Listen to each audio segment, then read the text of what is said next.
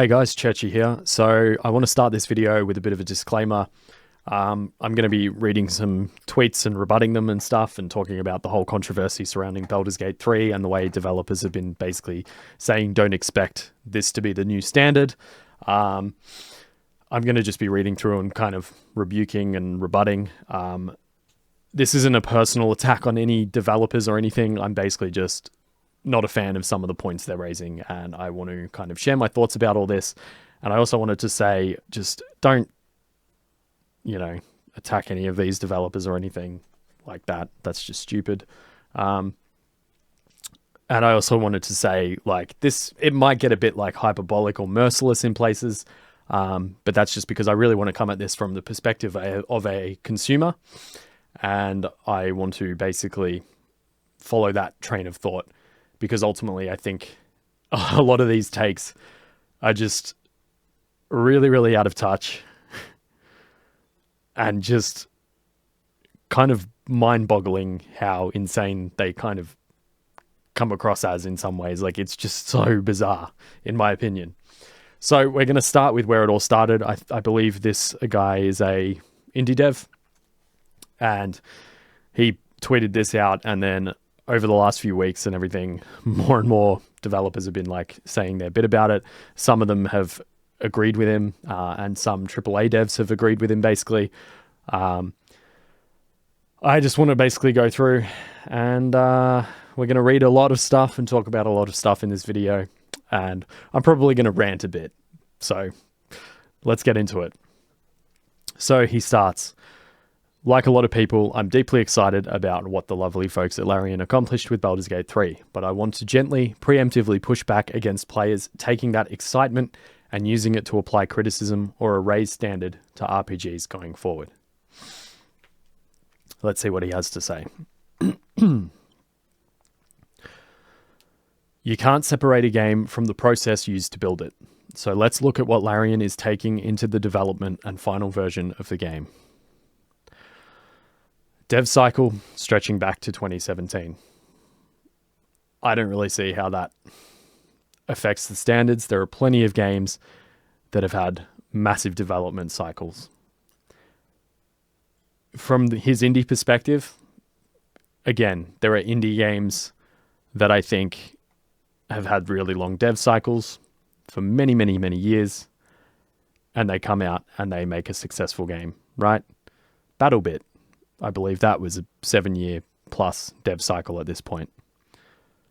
I don't care as a consumer. I don't care how long your development cycle is ultimately.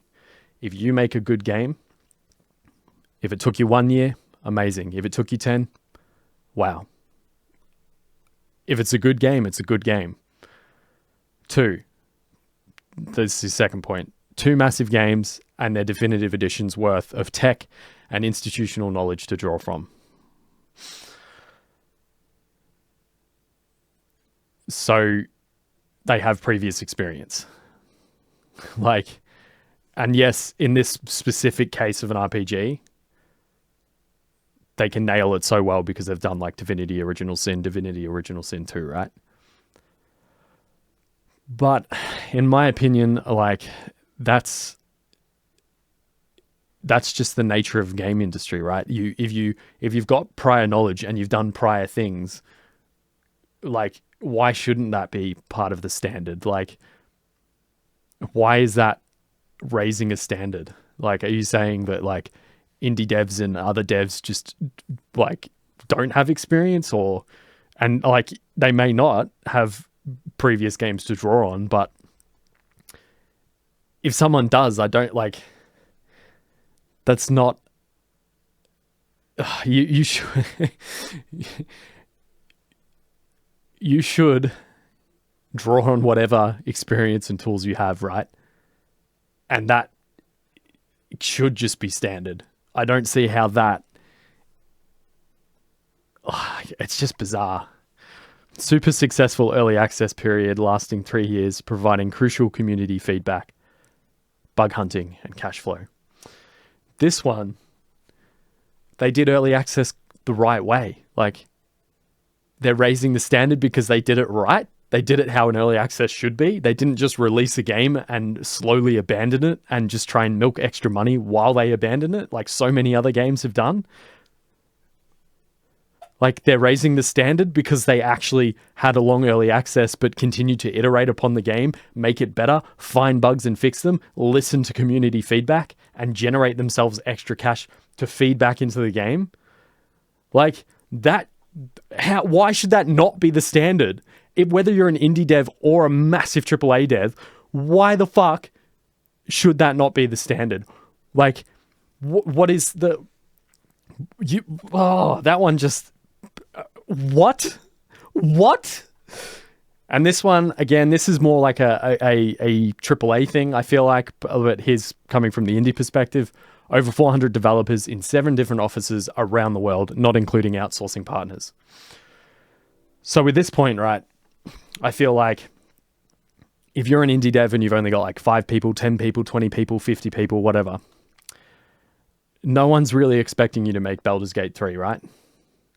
But it's on you to understand that and to understand what your team is capable of building. Again, from a consumer perspective, if you are one of those small teams and you try and build something massive, ambitious, and you fuck it up and it goes nowhere, well, that's a real shame and it sucks for you. And I sympathize. But from the consumer perspective, did you deliver the product that you promised? And there is a quote here from another person that sort of relates to this that I do want to just quickly touch on.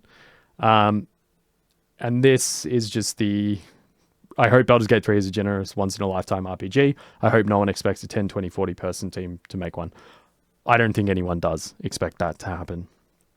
I think it's more the AAA kind of stuff that's going to come in later that I'll be talking about, where people are getting very, very annoyed, myself included, or just find it absolutely mind-boggling, some of the takes. But yeah, back to this. That's like,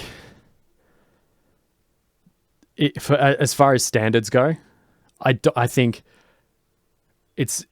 from my perspective, it's more about you understand what quality you can deliver with the team you have. It should be high quality anyway, but you understand the scope of the project that you're working on, right? If you've got, and there are plenty of AAA development companies with far bigger numbers than 400 in 7 different offices, right? So if you're like that, as far as standards go, there are plenty of others that match that. Like, they're not raising the standard there or lowering it. That's just I feel like that's just a matter of you as the developer and the development team knowing this is the scope of our project. This is how many developers we have to work on it. We're still going to deliver an extremely high quality product, because you should be able to do that whether you're indie or AAA, because as a consumer, good quality products is what the consumer wants. All right, the license, brand, and world of one of the largest entertainment IPs in the world, D&D, at the apex of its popularity with the rise of the actual play movement and a movie. So, this one, I feel like, again, from the indie perspective, you're probably not going to get some super popular IP. And sure, you can leverage some of that popularity to your advantage, because there are going to be people that want to get into this IP and play it, right? Because, it's D&D. Fair enough. But there are plenty of franchises that are super popular that go way, way back. So in the AAA space, it's just like a non-factor. So yeah, some of his points I will say that, like, from an indie perspective, some of it is fair enough, but there's still some weird takes in here. So this one, right? Whether you're an indie dev or AAA dev or whatever, you, like, as a consumer, again, like, if you're working on a project, right, and you're the developer, you should be bringing whatever experience and resources and specialities you have to the project, and you should be using every advantage that you have to bring the consumer the best product that you can. So I think that just happens anyway. Like, this is sort of like a non-point. Like, they've got massive expectations because of the IP they've chosen, right? Fair enough. And they're doing it with an immense amount of wind, but they're also doing it with an immense amount of wind. So they're applying their previous experience and knowledge and resources and specialities and tools and everything that they've developed previously on other successful projects into this one to make sure that they make a really good product that will meet those expectations. And they've met that standard. So, like, this is a weird point to because, like, even in an indie context, you're going to bring all your previous experiences and previous knowledge and all the resources and tools you've built and any other advantages you can give yourself to make the project the best you can. Or you should be. And that should be the standard. Like, you should be trying to make something really good that a consumer is going to want to buy. Moving on. As a TLDR, in an era of mega games, Baldur's Gate 3 is one of the largest attempted, built by a specialized group of people using mature tech specially built to make this specific game, reinforced by invaluable mass player feedback and market validation ahead of its launch.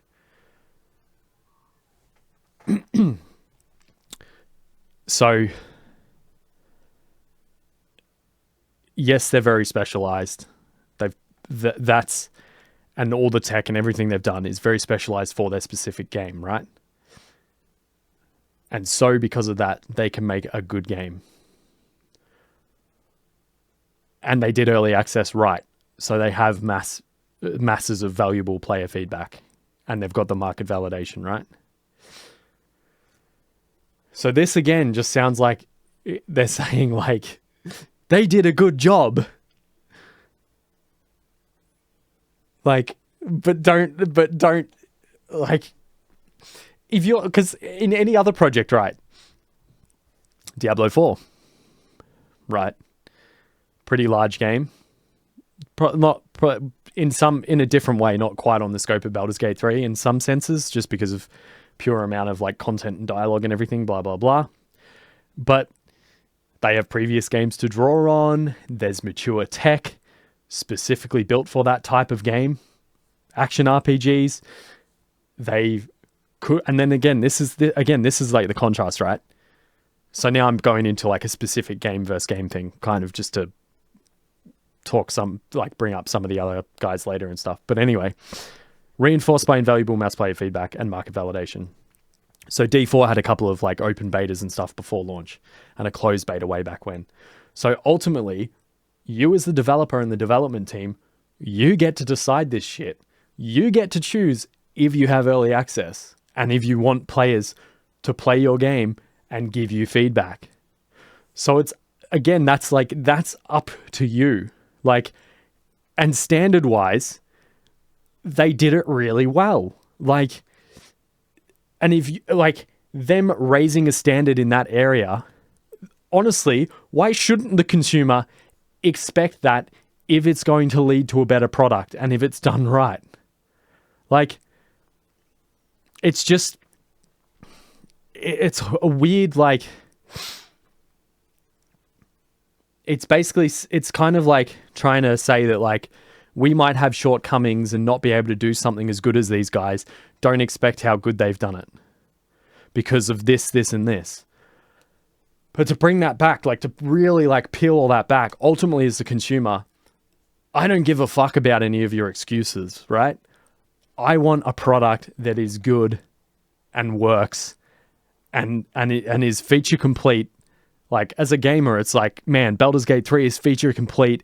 It's got minimal bugs and issues, or like it definitely has some bugs. It has some issues, right? But they're fairly minor. In the scheme of things, they're minor.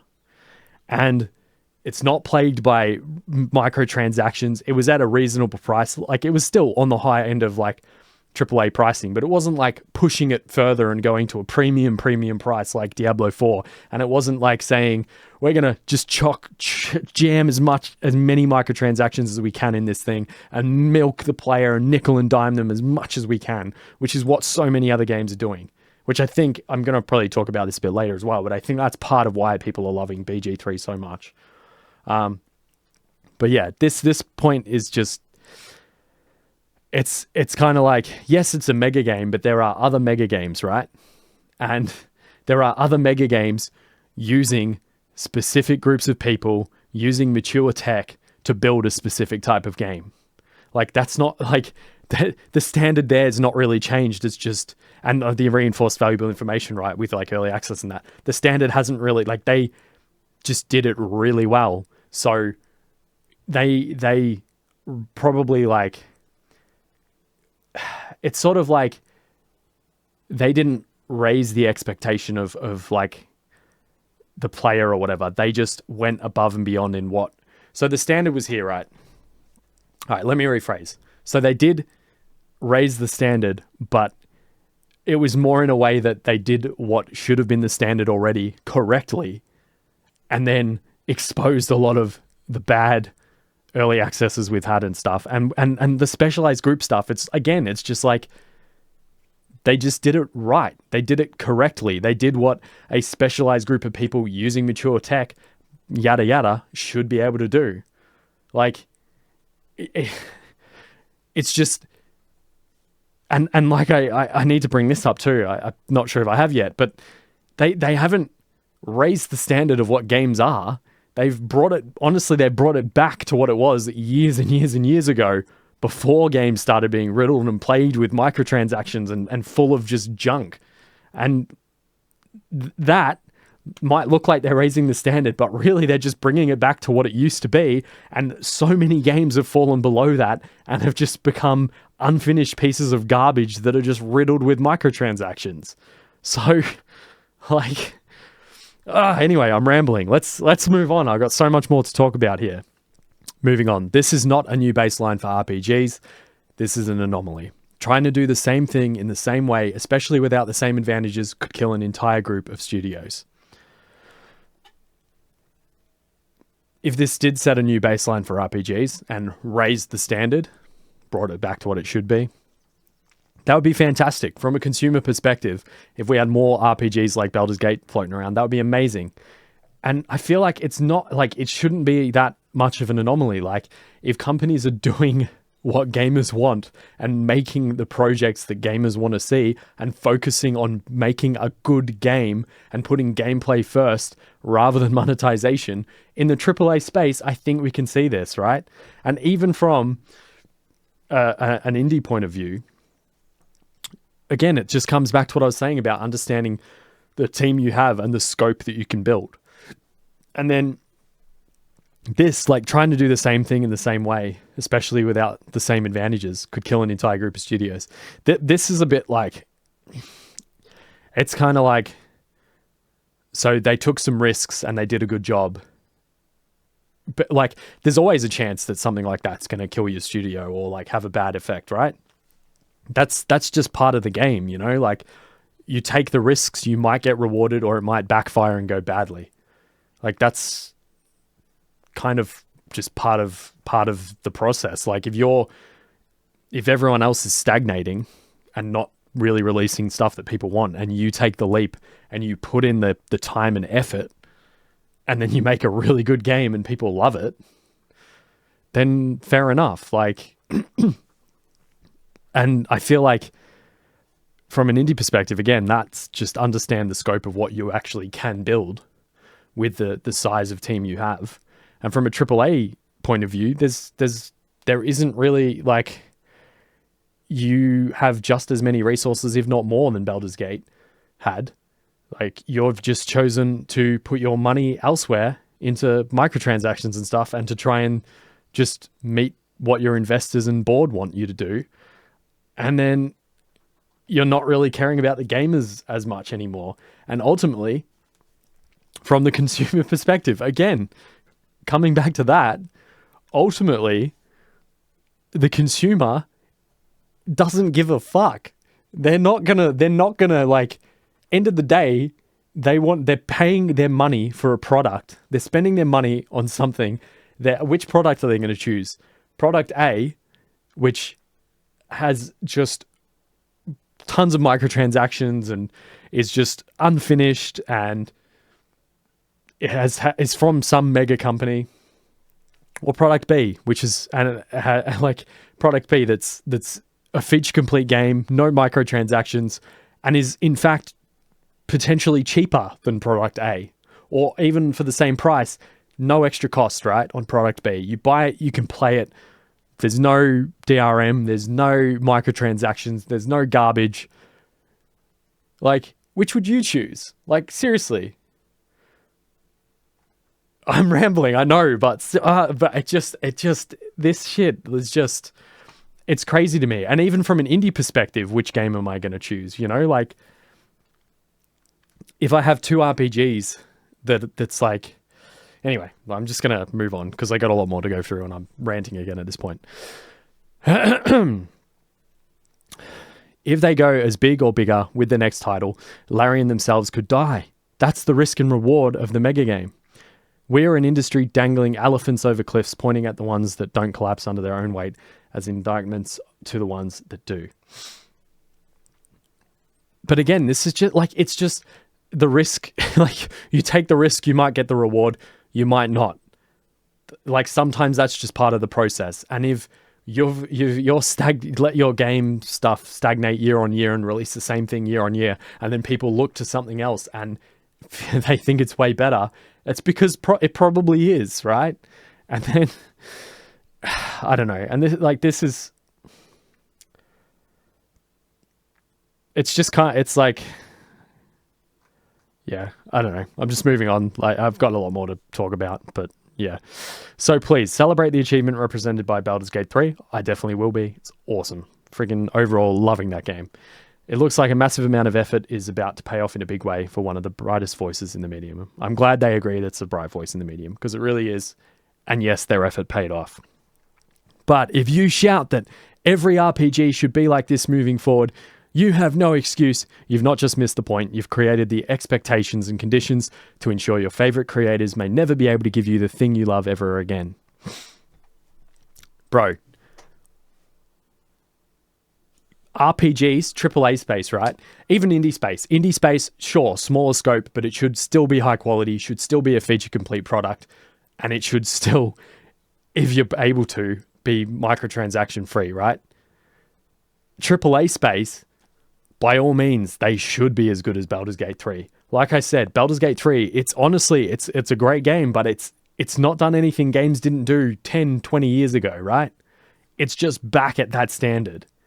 It's brought back that standard. And and this is like, why shouldn't the consumer have expectations, right? And like, like, if you can't, if company A can't offer me what company B is offering me, and like, yeah, game A versus game B thing again, right? And game B is like the same price, but I, as the consumer, get far more value from it. Unless I'm like, why would I not choose product B? Like, and like, this is just, if you've not just missed the point, you've created the expectations and conditions to ensure your favorite creators may never be able to give you the thing you love ever again. But if they're going to constantly like, and I'm sure there's like other pressures and everything, but why shouldn't standards be raised back to what they were? Why shouldn't the consumer want what Baldur's Gate 3 offers all the time? Like, there are plenty of companies with the same resources or more. If you can't offer that experience, I, as a consumer, will seek that experience elsewhere.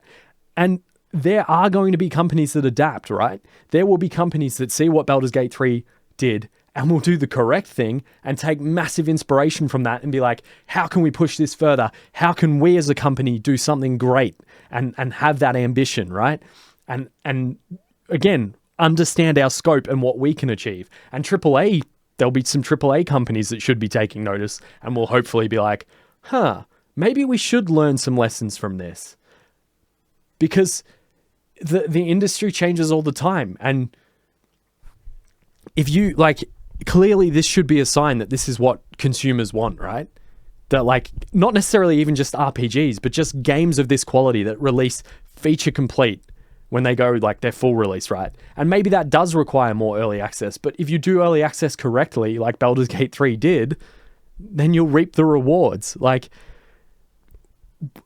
it's it's so stupid telling someone to lower their expectations when there are other companies that could do exactly the same with the resources they have, but choose not to because they want to increase and maximize their profits at the expense of the enjoyment that the player is going to get, at the expense of gameplay. Like, anyway, I'm probably ranting again, but yeah, that's basically the point of that. And then you have some other people joining in on the conversation, kind of replying. So I do want to go through a few of those. I showed you that quote before. That was fine. Josh Sawyer, I believe he's Obsidian and stuff. Yep, Obsidian, Pillars of Eternity. Fallout New Vegas. Yeah, I think he did a really nice mod release thing for that too, actually, which was like a overhaul. But anyway, that's neither here nor there, but that was pretty fun. Great thread. The conditions under which BG3 was made are atypical. This is in no way a slight against the game or the people working on it, who are clearly passionate and talented. Having the foundation set and the funding to build things on your own terms is invaluable. Totally agreed. Like, and yes, it may be atypical, and having the foundation set and the funding to build things on your own terms is invaluable. But this is where, right, it not being atypical, as a consumer, that's not my problem. That's a problem with the industry, right? So the industry needs to adapt. And developers, who are probably just completely controlled by the investors and all that, and the, you know, all that side of things, ultimately, if that's no longer going to produce a satisfactory product for me, the consumer, then I will look elsewhere, and I will try and go for more games like Baldur's Gate 3. Because if you're all acknowledging that, wow, this thing's amazing and it's raised the standard and we can't quite match that, ultimately as a consumer, I'm going to go, well, I'm not going to buy your product then if I can buy it out, buy something better from somewhere else. Like, to bring it back to that really just ruthless, merciless perspective, like, yeah, it being atypical is not my problem. And having the foundation set and the funding to build things on your own terms is invaluable. Yes, it is. So more companies should be trying to achieve that. And if they do, and then they make a good project, they're probably going to reap the rewards from that. But that's a problem for the industry to work out.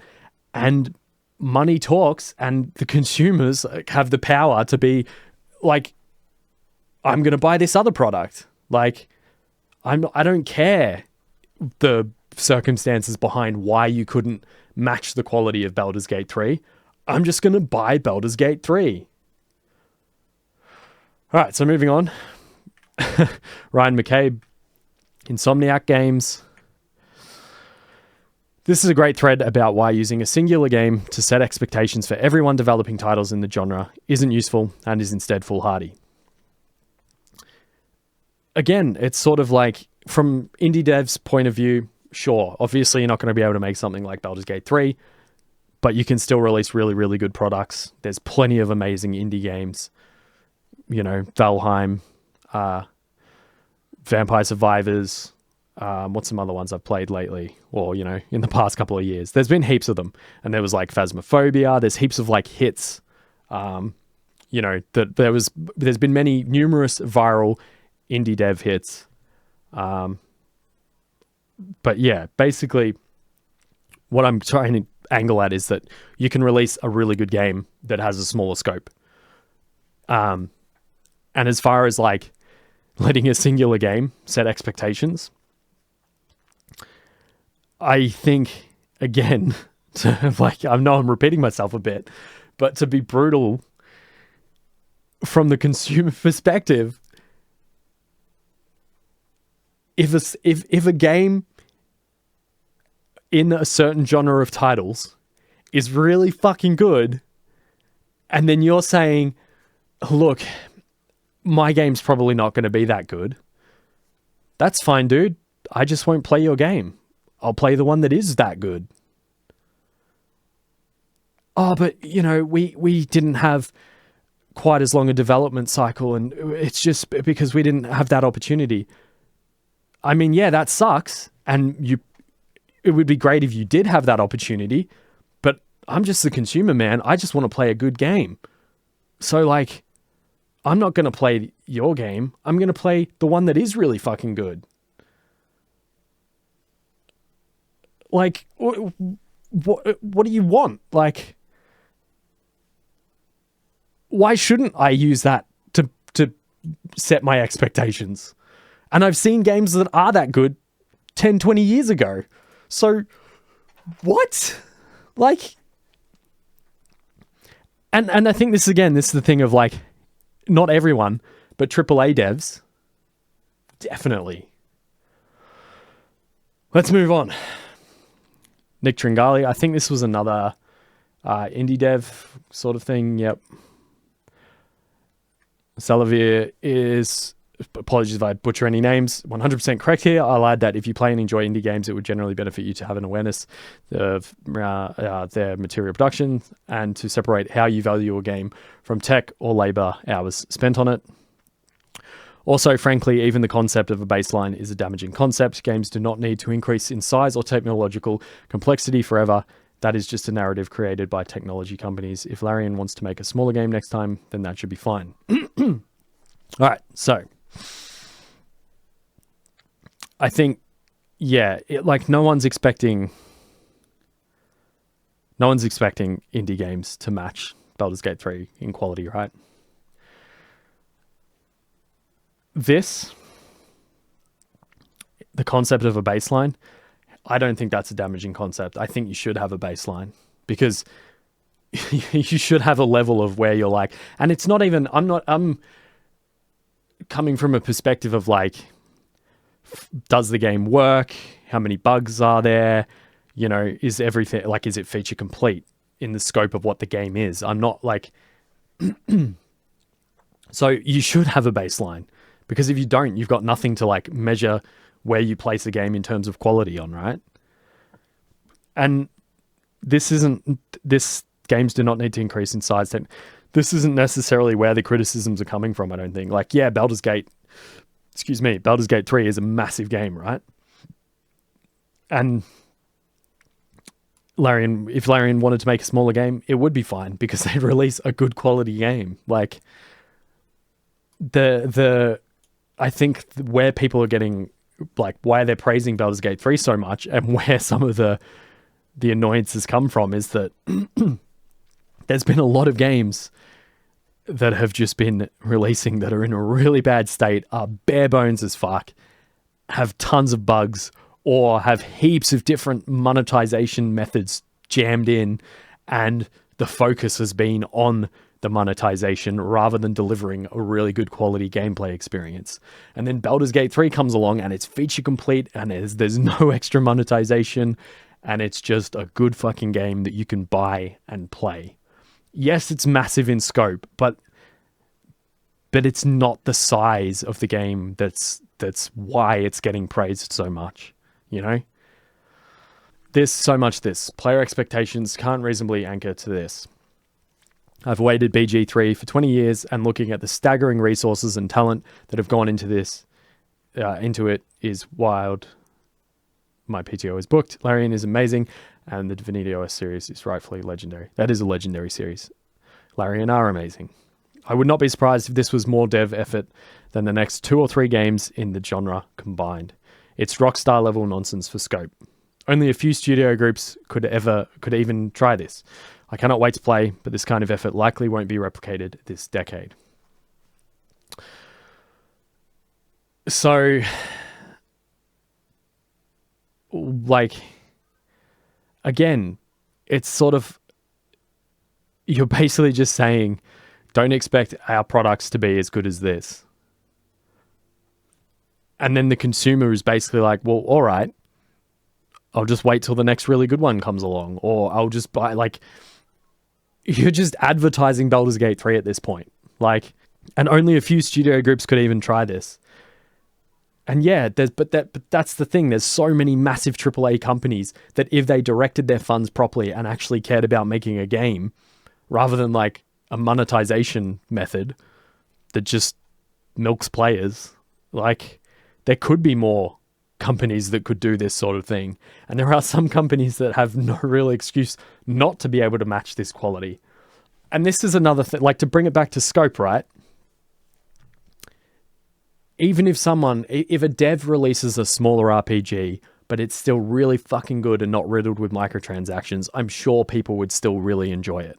If you release a game that has really solid gameplay and a good, you purchase the game, you don't have to worry about monetization and stuff, then you're going to basically get good player feedback. Like, you're going to have players enjoying it, and you're not going to, I don't know, I'm rambling again, but good Lord.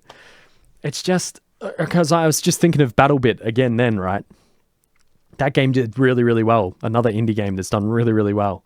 And the scope is like smaller or more simple in some ways, but they managed to match and outperform their AAA basically thing that they emulated, which was Battlefield.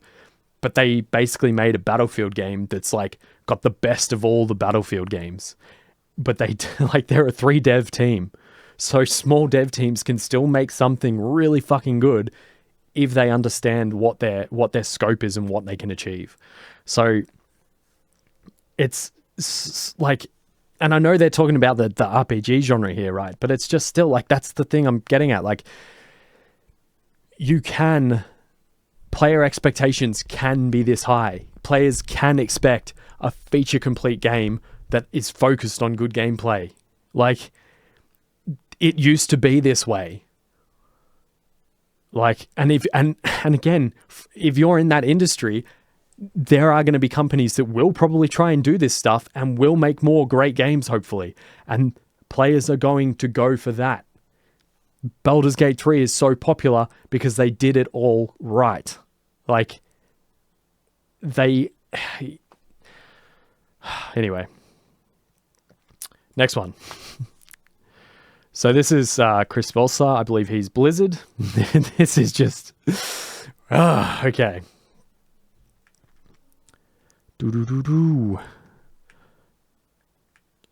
You're absolutely right. Even if you look at one of Vinky's touchstones, Ultima 7, that's the game that had 12 years of prior games feeding into it. If we were to look at this as a new benchmark, we would need to then focus on creating conditions. Just like with TOTK. Not 100% what that one is. But people too often only look at the fruits of labor and not the labor itself. Same as it ever was, I guess. Same deal with people wondering why there are so few artists painting like Renaissance masters. So, like, again, it's just this right here. All right, so we'll start up here, I guess. But you're absolutely right. Even if you look at blah, blah, blah. If we were to look at this new benchmark. But that's the thing. If this sets a new benchmark and and the consumers start to expect this, which honestly I think they should. I think there is nothing wrong with raising your expectations. If someone does an amazing job and they raise your expectations, then you should expect that quality. And you should look for that quality, even if it comes from like other places, but you should look for that quality. And then if other places can't deliver it and they want you to lower your expectations so that they can deliver something for you, it's sort of like, well, again, why would I? Like, I can just, I've already, my expectations have been raised, whether you want them to be raised or not.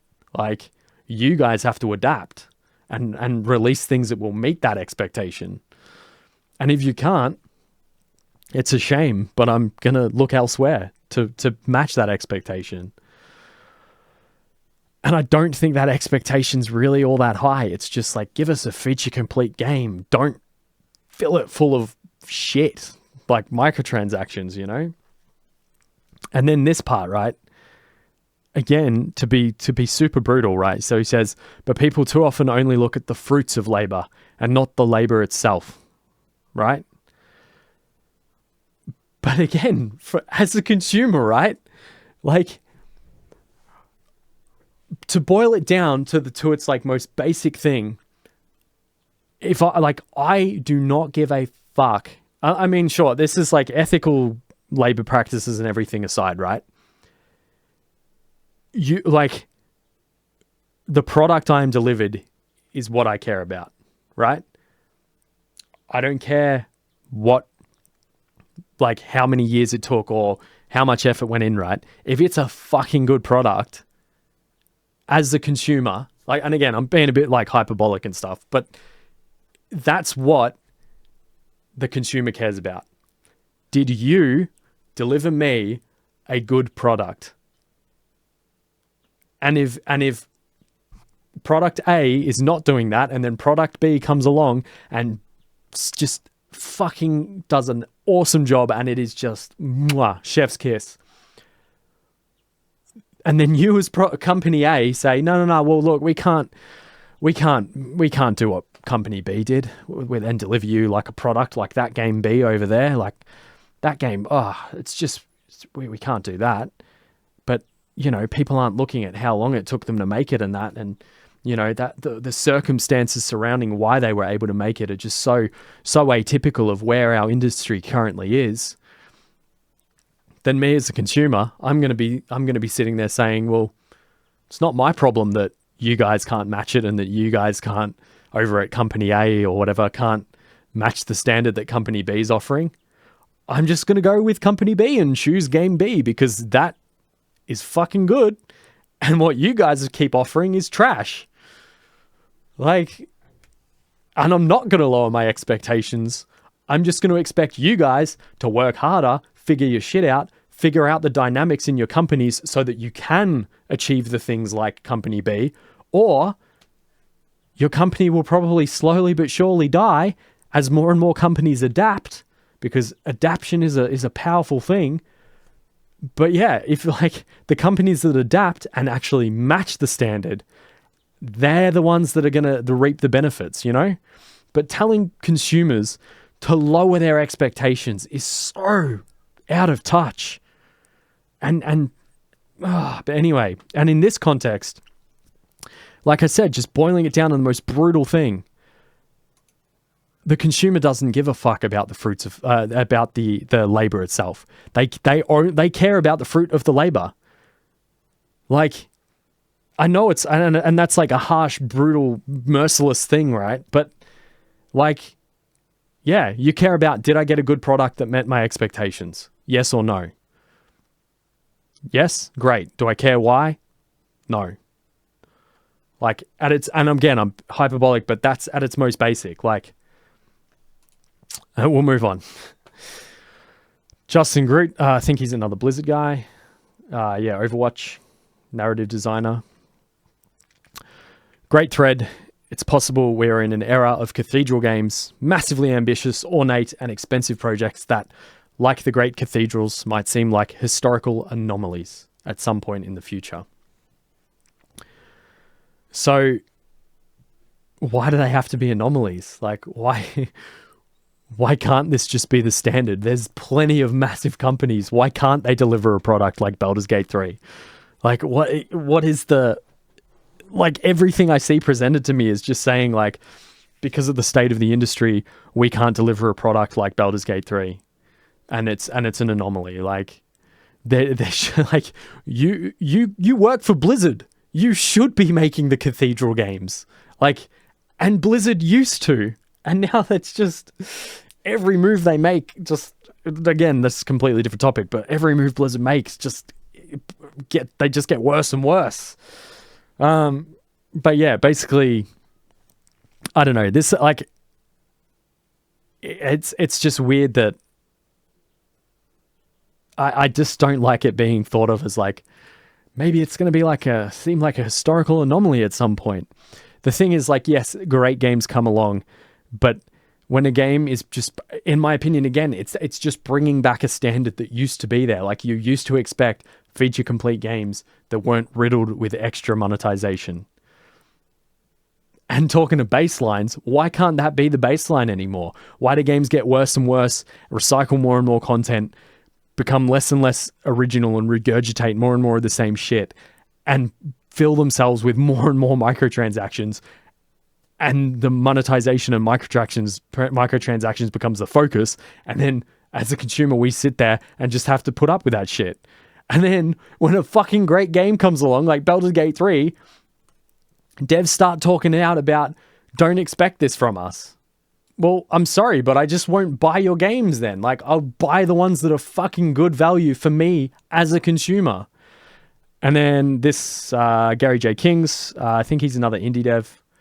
Hey IGN, this fucking sucks. This video hinges upon a grotesque misrepresentation of the discussion had by developers over this past month around BG3. It's a misrepresentation engineered to fuel anti-developed sentiments within gaming audiences. Do better than this. That video was actually good. It raised a lot of the concerns of consumers, did it in a succinct, nice way. Didn't ramble and whinge and rant like I am.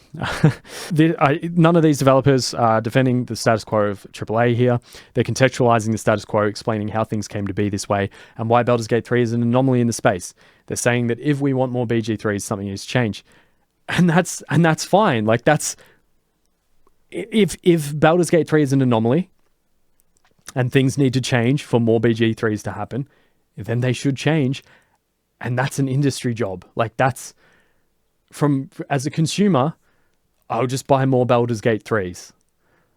And to bring it back to what I was saying with the fruit of the labor, I'll enjoy the fruit of the labor that is the best value for me. I won't necessarily spend the time looking into, like, what were the circumstances around why this thing came about. I'm just going to enjoy the thing. This idea of lowering our expectations is key to this. No, dude. No. The AAA industry is increasingly moving towards greater scopes and budgets, ballooning dev times. A single failure can sink a studio, years of people's lives and millions of dollars burned away. More risk equals less risk taking.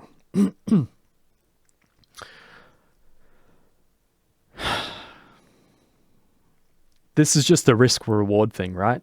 Like, sometimes you have to risk it to try and make the next big thing, right? Just part of the scope of the landscape, right? And lowering expectations. No, the consumer's not going to do this. The consumer is going to look for the best value prospect and look, like, why would a consumer lower their expectations? Like, even if it is one game that comes along and raises the expectations, why lower them again? Like, and again, like I was talking about earlier, adapt to the change. Like, as developers and as an industry, either adapt or die. Like, the games that get better and better and continue to match that quality and release and actually be like feature complete games hopefully will set the new baseline back to what it used to be 10, 20 years ago. Like, lowering expectations, why? Why would I lower my expectations? The industry conditions that birthed Larian and let them hone their craft over several games before they made Baldur's Gate 3 no longer exist. That's why it's unreasonable to expect this to become the new standard. Again, consumer perspective, not really my problem. Like, if Larian can offer me this awesome thing, I'm going to want other companies to... I'm going to want that quality, you know? And like, the industry conditions might need to change to allow that, right? And if they don't, and players don't want to lower their expectations, then more and more companies will probably die. But again, from the consumer point of view, that's not the consumer's problem. Like, we literally want the same thing as you. And that's good. Like, if you want that change, be that change and bring that change. Like, make it happen, you know? And then maybe you guys will be able to make games that match the quality. Like, and then this is just... Yeah, this is just ripping on the guy, and YouTubers, shit tier gaming YouTubers represent. But yeah, this is. But again, like, I'm not trying to like sow discontent towards anyone, right? I'm bringing that purely brutal consumer perspective, which is why I think so many of these takes are completely out of touch, because the consumer does not give a fuck. The consumer wants a good fucking game that's feature complete and doesn't, and he's just ripping on Destin and yeah. Anyway, but yeah, and we'll bring it back to this where it all started. But yeah, so the consumer, right? Ultimately, to summarize all the crap I've been rambling about, the consumer does not give a shit about any of the excuses you could possibly make. It could be anything. You could say anything. The consumer, ethically, unless it's like crossing into territory where it's really like unethical and horrible business practices and blah, blah, blah, blah, blah, you know, and whole other topic. But I'm just saying, like, as a consumer, you want the best fucking product you can have, and you're going to buy the best. You're always going to seek out the best. You're always going to have high expectations and try and raise your expectation. Like when you come across something great, it's going to raise your expectations. And in this case, Baldur's Gate 3 shifts them back to what they were like 10, 20 years ago. Because games used to be feature complete and released with minimal bugs and that, because they had to, because they were on CDs and they would and DVDs and stuff, and you couldn't just release a patch and then another patch and another patch and another patch. So you had to take the time to get them right. So ultimately, with all that said, yeah, it's just you can seriously, you could go on and on and on and on and on and on and make as many excuses as you want and say all of the stuff around Larian and this and that and blah blah blah. But I'm a consumer and I don't care. I just want to play a good game. And if what you're telling me is that you can't offer me that game, and that like circumstance, even if they're out of your control, circumstances are out of your control and you're in this bad industry and it just doesn't give you the avenue to create that, well, you either need to adapt or die. Like you're either going to adapt to the changes and the raised standard or perceived raised standard. Honestly, it's just brought it back to what it should have been.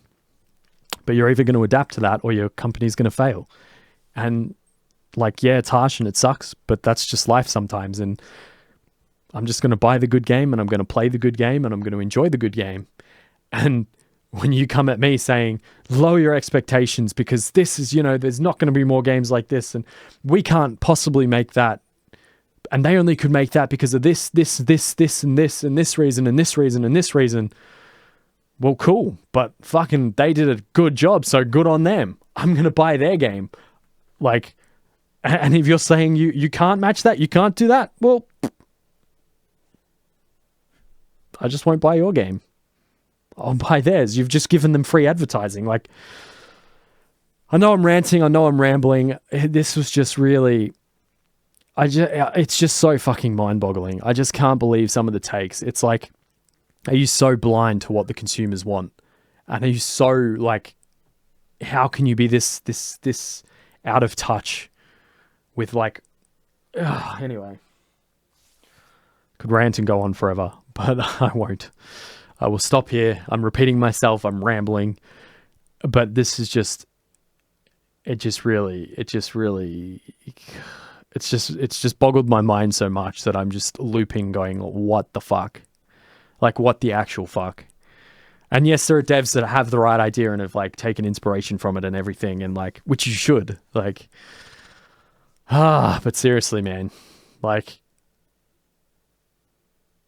I just can't believe, like, seeing, especially more like the AAA devs and stuff, like people working on Diablo and stuff, for fuck's sake, like, how can you, like, this is just so, why would anyway, I'm out, guys. I'm out.